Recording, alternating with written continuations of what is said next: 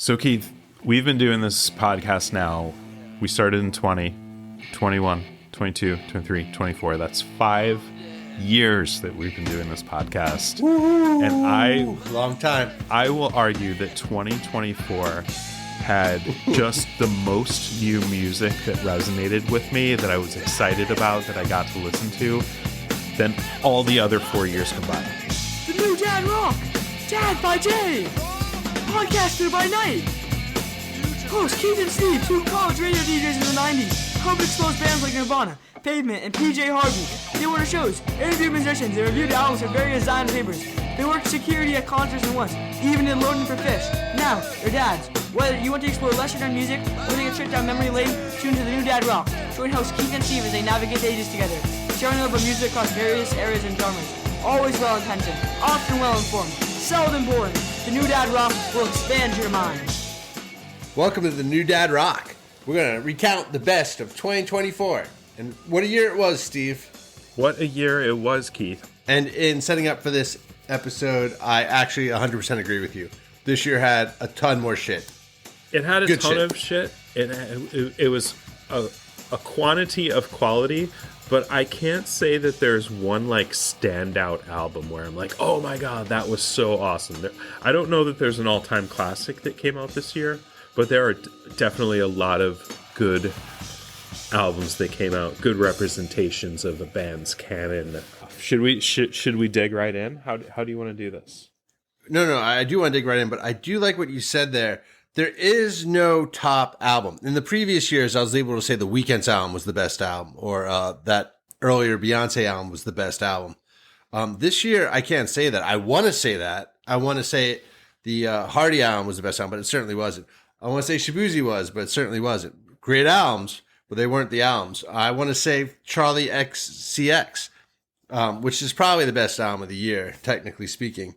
But yeah, I mean, they're all great albums, but none of them stands above the others. So let's get right to it. Yeah. I think maybe one that in hindsight we'll look back and maybe it will, maybe it won't, was The Cure, Songs of a Lost World. 100%. Yeah, so have you ever heard of Metacritic? It's a website. Yeah. Okay, cool. So what it does is it goes out and it normalizes scores across ratings of, say, 14 different reviewers. And basically, The Cure, Songs of a Lost World is number 2 with a score of 94 for the year. So it was number 2 based on the Metacritic reviews. And its score means that it indicating universal acclaim. So it was, I mean, it's possibly their top 3 or 4 albums. I mean, it's really hard with The Cure, early stuff, but I mean, phenomenal album.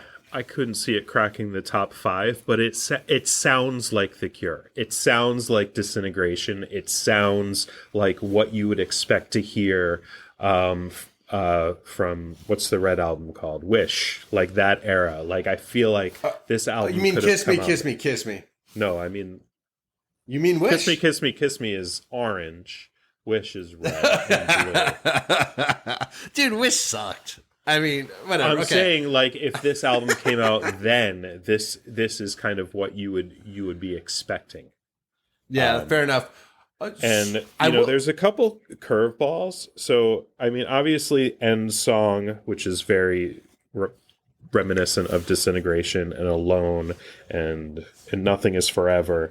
All those songs are like I said, classic Cure, but the one song that stood out for me was Drone, No Drone. That to me seemed like the one song that was a little bit different, a little bit new. They were trying something different. So that one stood out for me. Yeah, I think Alone was a single, and when I listened to it, I practiced drums to this album, probably a dozen times. I skip Alone, which was a single, and probably why. And Nothing is Forever. Love that song. But really, I Can Never Say Goodbye is about his brother who died. So I think the reason this album is so high up, besides recency bias for me in my Cure scale, is because he's dealing at the age that we're not quite yet, but getting there, of being older. And I think the songs really encompass the feelings you have on the decline on your way out. Or End Song. There you have it. And so one thing that they're doing, and I've seen a lot of bands start to do this more recently, is they had a couple live shows in London at smaller clubs. Back in October, November, and they're putting out a live version of the full album, despite the fact that they were playing those songs on their tour last year. So they have a full album coming out in December this month. It could be out already. And do you know another band that did that this year? That is going to be very high on my list. Is it King Gizzard and Lizard Wizard? They did put out a lot of live albums, but no, I was thinking more of the Osees. So the Osees SORCS 80 came out, I don't know, back in May. Does that sound right? And then they also did a live album recorded on the top of a building in downtown Los Angeles. The Cure, SORCS 80, full live album, full new album in 2024. I got to put them both in my top 5. Really? The Osees have finally cracked your top 5. That's awesome. Yeah, this is a strong one for them. It's a best since Smoke Reverser a few years ago. Oh, that's a good one. So it's funny. I didn't know they actually put that out as a separate album, but I did send you the video of them recording it on top of. Is it from the top of a building in L.A.? Yeah, it's downtown Los Angeles. Yeah, it was amazing. Watching it live is amazing. The whole construction of that album's phenomenal. And I'm sorry I didn't get to see them, but I think I was out of town when they played. John Dwyer, the guitarist of Osees, is probably the musician I've seen the most live ever across all of his different genres. So, okay. Another band or artist that you've seen live a lot is Stephen Malkmus. Yeah, the Hard Quartet. I mean, I was a little suspicious of it at first. And then I got into it for about 2 weeks, and then I've forgotten about it totally. Yeah, I think I had a very similar feeling with the experience that you did. And I think the problem was that the single that they released... Earth Hater. It was the worst song on the album by far. It wasn't even close. Dude, classic Malkmus, right? Like releasing the worst song as the single. He's done it over and over again, right? Stereo. Yeah, exactly. So the Hard Quartet it's Stephen Malkmus and Matt Sweeney, who's also in Chavez and Superwolf. And then Emmett Kelly and Jim White, who plays with the Dirty Three. So kind of an indie rock of the early 2000s, 90s super group. Yeah. And both Matt Sweeney and Malkmus share vocals, or each have, lead vocals on different songs. And this is like a 90s throwback because it's 15 songs. It's only 52 minutes, but it's on the longer end of albums these days. It is. And, 15 tracks. And if you skip Earth Hater, which is song 2, it's 14 really good songs. I'll highlight a few. Chrome Mess, the lead-off track. Renegade is good. Killed by Death, not a cover of a Motorhead song. I know some of you are probably thinking that. Those are really good. And 6 Deaf Rats, which the title reminds me of Modest Mouse a bit. Maybe it's the Rats. I don't know. Thug Dynasty. So many good songs. Like, it's funny because for 2 weeks I was into it. It's all I listened to, and I put it down, and I haven't gone back, but now I want to. So the Hard Quartet, self-titled supergroup, coming in hot for 2024. Yeah. Rio song, I like that one, but Hey is my favorite song off the album. Hey. Yeah, that song reminds me of, it's just so good. Not a cover of the Butthole Surfers, Hey.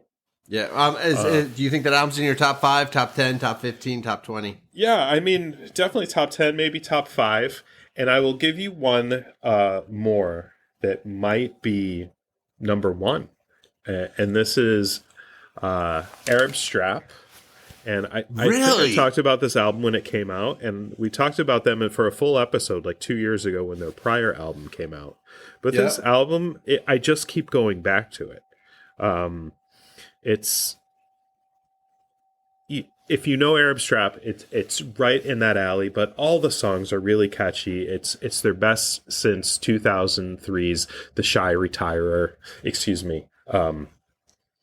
the big hit song from 2003's Monday at the Hug and Pint, featuring the Shy Retirer. But this album that came out this year, I'm totally fine with it and don't give a fuck anymore, by Arab Strap. So many great songs, so many double entendres, so many insistent, although minimalist beats. Strawberry Moon is a great pop song. Sociometer Blues, I think I mentioned in an earlier episode, just a great piece of satire. Summer Season, that was my summer banger for the year. But I really love this album, and it's the one I keep going throughout the year. So speaking of summer bangers, Keith, what were some of the summer bangers that you were listening to? I mean, if you've never heard of the New Dad Rock, I'm going to have to tell you about Shaboozey. Where I've been isn't where I'm going. I don't think you have to tell anybody about that, because he's on all the time. He's everywhere. Yeah, but man, I was relatively early. Yeah, so here's a question. Is that country music or is that pop music? Or is that rock music? I mean, I just think it's pop. I think it's... I agree. Because I realize now that I should have been part of the podcast, The New Dad Pop. Because, like Hardy, the Hardy album, which I freaking love. Quit. The show was amazing. Love Hardy. That is I'm not even sure it's a rock album. I mean, he says he does country lyrics to rock music, but I mean, that means pop, which is popular. And I think Hardy nailed it. He was phenomenal. I mean, Beyonce did a country album, Cowboy Carter, but I can't say that was country. I mean, the country radio stations didn't do that either, but I mean, it was just so poppy. I mean, I don't even know what to call that music. Like now, what even is that music? Oh my God, there it is, right? Like the country albums that came out, like Post Malone, F1 Trillion.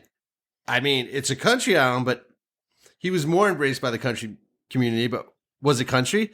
He also had like 16 songs, and 13 or 14 of them have a feature of a country artist. So maybe cheating, maybe a little vibing on people. Lainey Wilson's album, Whirlwind, phenomenal album. She got good reviews for doing her Thanksgiving set or a couple songs with Jelly Roll at the Thanksgiving football shows. And Zach Bryan's The Great American Bar Scene. He's in turmoil now, but that was a pretty good album with Pink Skies. He's done some songs with Bruce Springsteen live. So country had a good year. Pop music, country with Hardy, Shaboozey, Beyonce did phenomenally well.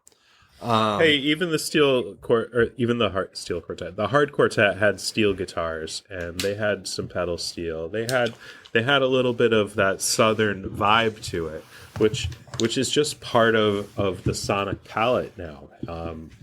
I think country has really crossed over. I mean, for decades it's been hard rock music with country lyrics. It really has. It really has.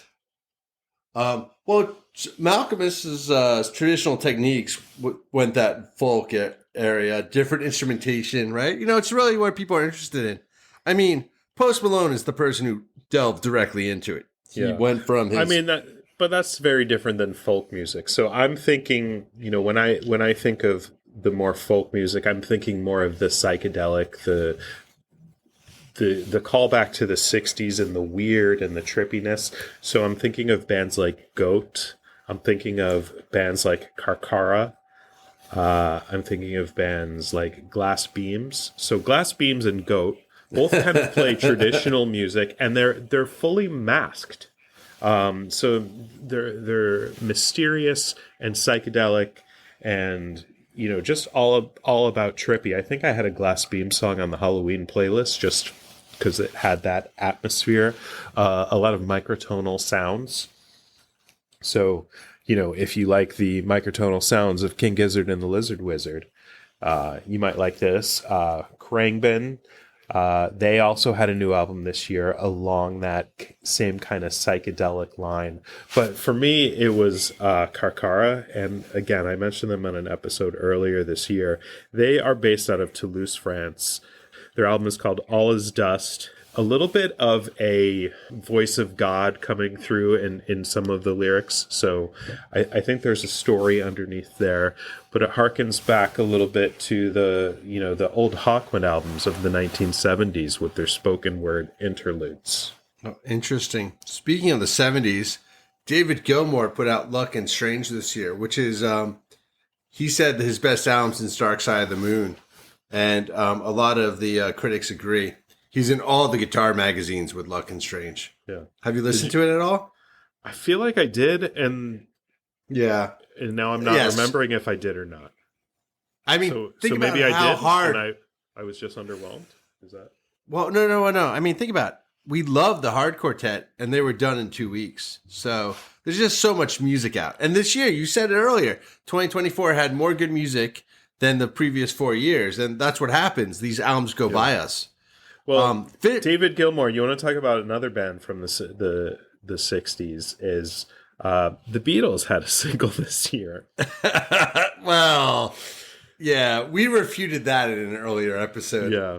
And then another, I just mentioned them, Hawkwind, and I love to talk about them, but their album this year, unironically, I really dug it. And I can't say enough about it. I don't think I've converted one person on it, but Hawkwind, it's called Stories from Time and Space. It looks cheesy as hell. But if you get in, just listen to the first 3 songs and you'll be like, oh my God, Steve's right.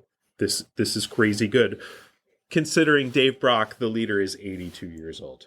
I've also said in 2 to 3 episodes, I'm going to listen to the Hawkwind album right after this episode. And I have, and I forget.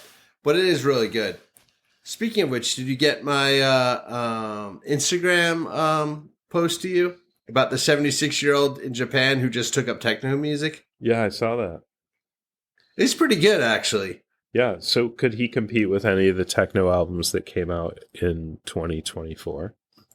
Well, that's what's actually the most disturbing. So Instagram had this post about this Japanese fellow, he's 76, 78, in a small town who started playing his grandson's synthesizer or beat makers or whatever. And the pictures you see are he's in the second story of a building with the windows open playing beats. The beats are actually pretty sick. They're not hard. They're more like minimal techno, but he knows what he's doing. He knows what he likes, and he likes what I like. So I thought that was pretty good. And speaking of old or posthumous albums, Juice WRLD, The Party Never Ends, just came out a couple of days ago. Juice WRLD has another album. He's the new Tupac, huh? Yeah, for sure. Also, though, apparently there was a plan the whole time. Not the whole time. I mean, he had to die first. But there was a trilogy in the works 2 to 3 years ago. This is the third part of that trilogy. So any other future work has to come out from the estate. But basically, at the time, like right around his death or whatever, there was plans for these 3 albums. So the third album just came out. I just started listening to it. It's not bad. I mean, it's not like the live albums or live albums, for lack of a better term. But going back to the electronic, our good friend Brian McNamara, recently I talked to him and I asked for one album, or I actually asked for what he's listening to, and he said Floating Points Cascade. Floating Points, phenomenal album, Cascade. Just listen to it. If you don't like electronic music, it is actually on point. It's simple. It's clean. I won't say it's minimal, but it's techno. And it's I don't want to say it's easy listening because that's such a bad term, but it's good. It's very nice. Yeah. Well, one album that I really dug this year, and people always ask me how I find music, and I found this band because they were played in one of the reels that Whiteface Mountain put out, showing skiers and snowboarders going off in some sick conditions. But it was I St. James, and he actually put out 2 albums this year. He's a bedroom recording artist based somewhere in England. I'm guessing in the London area. I don't know all that much about him. But he, like I said, he put out 2 albums this year. And the one that looks like, the album cover looks like the house from the movie Up being pulled up by balloons. Yeah. It's called That was my homework. This Could Be. If you liked Us 3, remember Cantaloupe and Hip Dip Totally. Fantasia. It's Totally. a lot reminiscent of that. So It is. Or even a little bit Avalanches. Well, Guru. Remember Guru? Jazzmatazz? Yeah, exactly. So is that a DJ Shadow? That type, not as trippy or dark as DJ Shadow, but you're in the right neighborhood, and it was a fun album. I think it's like a breezy 28 minutes. Check that one out. Short. He also has another album that came out this year that wasn't quite as good, but I really thought this could be in our year-end list. The other one is called Penelope. Didn't quite hit it as hard.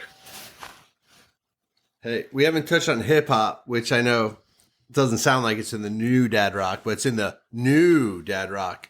Tyler, the Creator, just put out Chromacopia. Phenomenal album. Like, so good, I'm not sure I like it. Or no, I like it, but it's like art. So, in fact, that might actually be album of the year, except until recently, Kendrick Lamar put out GNX. Like last week, so I haven't even gotten through it, but I've listened to the first half like 3 or 4 times. And GNX stands for Grand National Extra or whatever, which my dad had that Grand National from 1987. There's a lot of like, I don't know, what's that called? Easter eggs in the album. Album's really sick. Also, though, Ice Cube put out a new album in the I think yesterday for me, so you'll hear this in a couple weeks. But holy crap. The first couple songs sound like Ice Cube from 1988, 89, whatever. But then it's actually not bad at all. It sounds like Ice Cube. He says it sounds like me. Like he's not trying to do anything he doesn't do. But oh my God, it got better and better and better and better each song. Yeah, but, I think what's old is new again has come around. So all these guys from the 90s, whether it's Sonic Youth or Pavement or Fish or Ministry that Mercury Rev, Jesus Lizard, The Cure. I mean, you have it all. You have it all. Ween put out the B-side. So Ween, people don't realize how prolific they were. So they had their number of albums, and all their albums are classics. But they also have as many unreleased B-sides that are, have been floating around as B-sides or just unreleased recordings or just out there in you can search YouTube and find 5 volumes of Ween unreleased material. So they put out a companion disc to the reissue of their 1994 classic, Chocolate and Cheese. Chocolate and Cheese. Yeah, so 30 years later, they put out a companion disc. And I'm not saying that any of these songs are necessarily going to dethrone the original track list from Chocolate and Cheese, but there are a couple really nice additions to the Ween canon, all souped up, like Warm Socks is beautiful. Junkie Boy was very catchy. Church Fire, really reminiscent of their Pod or even Godwin Satan era. Just nonsense. It's great. It's worth checking out. I wouldn't say it's a contender for album of the year or anything, but it's a nice little present for you. Happy 2024. All right, thank you for that. Hey, okay, I want to touch on 3 albums that are definitely in my top 3. Actually, it might be 4. It depends how you count them. All right. This is tough. But Charlie XCX, which is number 1 on the Metacritic review of the year with a score of 95, phenomenal. And she put out another album, which I forget what it's called. Wait, hold on. Oh, yeah, I don't know what it's called. But what's phenomenal about it's the same songs, but she does like a duet. So there's a second person ad. Yeah, really, so like The Cure and like the Osees, she's putting out a bonus version of the album. It's kind of, remember you were telling me about the Peter Gabriel album that he put out the light and dark versions of the songs? Oh, yeah, 100%. That seems to be a new thing, man. The new dad rock is catching on slowly. So Charlie XCX, love that album. So much. Such a good album. Okay, Joey Valance and Bray, No Hands. Great I'm album. the Great album. baddest bitch in the club. I'm the baddest bitch in this club. Yeah, Okay. I mean, you compared it to Beastie Boys in an earlier episode. I cannot agree with that, but it is fun. It has some of that attitude. I get where you were saying that, but it can't. It's not on the same level. But, No, it's Beastie Boys equals attitude. ChatGPT. Yeah, it's as if that attitude. it's Beastie Boys with AI. Okay, that's so what Charlie that is. XCX, Jolie Valance and the Bray. What's your other top? I actually have a couple more. Yeah, 21 Pilots, Clancy album, phenomenal album. Do you listen to 21 Pilots at all? No, I mean other than Yeah, the one or two songs. You don't have a 10-year-old. Yeah, actually, all the songs are good off Clancy. Phenomenal. Best concert I saw all year. My 11-year-old Milo would have said the same. Okay, last one. It's actually 2 albums. I'm not sure I'm allowed to say this in the modern era, but that the Kanye albums, Vultures 1 and 2, probably the most played albums I had this year. Interesting. Oh, okay. And so to get to 5, because I said 21 Pilots, I said Charlie XCX, and I said Joey Valance, I guess, and I said 2 Kanye albums. But I mean, okay. I mean, Okay. if you're gonna turn the new dad rock into a drinking game, you're gonna drink every time we say King Gizzard and Lizard Wizard. But their album this year, after listening to all, I mean, or most of the live shows, their new album's phenomenal. Yeah, and What do you the think? fact that they were able to play every song, they played every song, right, live, at least 2 or 3 times, some of them more than others. Some, a lot more. Some songs like, Field of Vision. well, La Risk became kind of a concert staple with the hello, The drummer. Knievel, and the little laughing and the drummer. Daily Field of Blues. Vision with Silly Billy. You're a silly Billy. Yeah, Field of Vision. So Daily Blues also getting fucked up daily. That Yeah. song kinda caught Antarctica. on. Antarctica. Antarctica. So a lot of these songs caught on. And the reason we know that is because this band live streamed every single one of their US tour dates except one, Philadelphia, where I was thankfully there. Keith was there to report for the new Dad Rock. And almost all of them have been released on Bandcamp for a Name Your Price album. So you can download Gizzard all of them. bootlegger. You could put together a greatest hits playlist. The album is solid. I wouldn't say it's top tier King Gizzard by any stretch, but adding another half a dozen songs into the live repertoire. Live, they're so much better than the album recording. Straight up. Yeah. Yeah, straight up. And I mean, that's a Fish problem as well. Fish had an album this year, Evolve, and no one ever says the Fish studio albums are the best versions of those songs. Right. But this album, I think this is their best one since Story of the Ghost. It's hard to make a comprehensive list. I'm like, we should put our top 10 albums together and, rate them and see what we think and, come up with a mathematic formula and come up with our top 20 albums. So yeah, like Keith's had a couple summary albums that were in his top 10. I'll throw out a handful more. Beak, which is just 4 carrots, because that's their name, Beak, with kind of a carrot pointing to the right, like as if it were a beak. This album, I went skiing a couple times already this year, and on my long drives, I have a 2024 playlist, which is all the albums that I can think of that came out in 2024. And every time a song from this Beak album came on, it just caught my attention, and I sat up a little bit straighter. A lot of fun songs. On our Instagram, I put a Floating in the Pool, scored to the song "Ah Yeah," but Hungry We Are, The Seal, Strawberry. This is a fantastic album. This may actually be my number one. Throw that ahead of Arab Strap.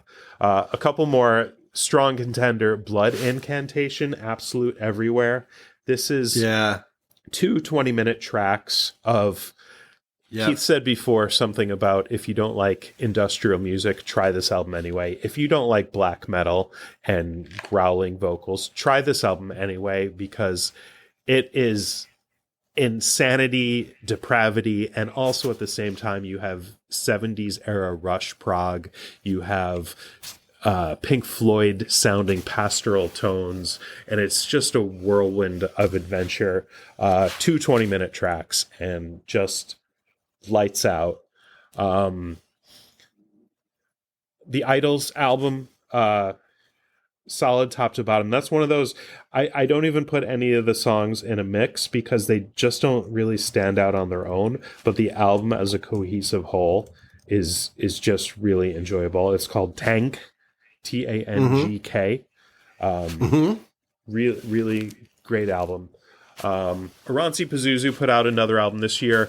I think they've impressed me so much. I had the highest expectations in the world for them. And, this is another strong album, but it wasn't as groundbreaking as their historical ones have been. But Haunted Plasma, a supergroup formed by one of the members of Osees Pazuzu, they had a self-titled album, Haunted Plasma, that was very good. So if you combine that with the new Osees Pazuzu, the two of them together make a phenomenal album. And with that, I think we're running out of time. It's almost 2025. I can't believe it. I haven't even listened to everything I want to in 2024. Like, I've heard about the Fontaine's DC album, Romance. Mannequin Pussy had sold the concerts everywhere, supporting I Got Heaven. You mentioned Blood Incantation, Absolute Elsewhere, but I haven't listened to them. Sabrina Carpenter, who's kind of in the pop genre, but short and sweet. I mean, she was everywhere, Saturday Night Live included. I did not listen to Kim Gordon yet, and Jamie XX in Waves. That album was recommended to me by a good friend. I mean, that we haven't mentioned Modu Mokhtar, Funeral for Justice yet. Yeah, there's just so many albums, and I just want to one more. Bonnie Light Horseman, which I don't even know what it is. I just heard a single. It came up in my title, whatever. Love the song. But when I was looking it up, I love the fact it was called a folk supergroup. I don't even know what that means. Yeah, so a couple things that came out that weren't on albums, so they can't be included on the list. Jane's Addiction just put out one single song. It's called True Love. Yeah, True Love. It was pretty enjoyable. It's awesome. It was great. It was great. So add it to your playlists. And Facts, they put out 2 singles, Take Me to Your Heart and North American Endless. But I'm also seeing right now, this is brand new and the first time I'm seeing it. You're hearing it live, New Dad Rock listeners. Facts album coming out on February 7th, 2025. Woo! And there are 2 songs available, Wish Defense, the title track, and Desire Path. So I'm going to add that to the 2025 playlist right now. So there you have it. 2024, keeping it going. Hey, Steve, thank you so much for this episode. I have to tell you, you mentioned possibly a dozen albums I have not listened to. I've heard of the bands, but I haven't listened to the Beak album. Blood Incantation, I haven't listened to yet. I am so excited. This is why we started the New Dad Rock. So you can tell me about new music I need to hear. Yeah. And you mentioned it, a dozen of them. I have Osees Pazuzu, Haunted Plasma, Hawkwind, Jesus Lizard, Beak, Osees, Arab Strap. Don't listen to the new Mercury Rap album. It's actually okay. One song here and there, if it comes up on shuffle, is actually fine, but it's too much. It's too much. All right. Well, thank you very much. We hope you had a good 2024, and we hope you have an even better 2025. And join us on the New Dad Rock. Into the new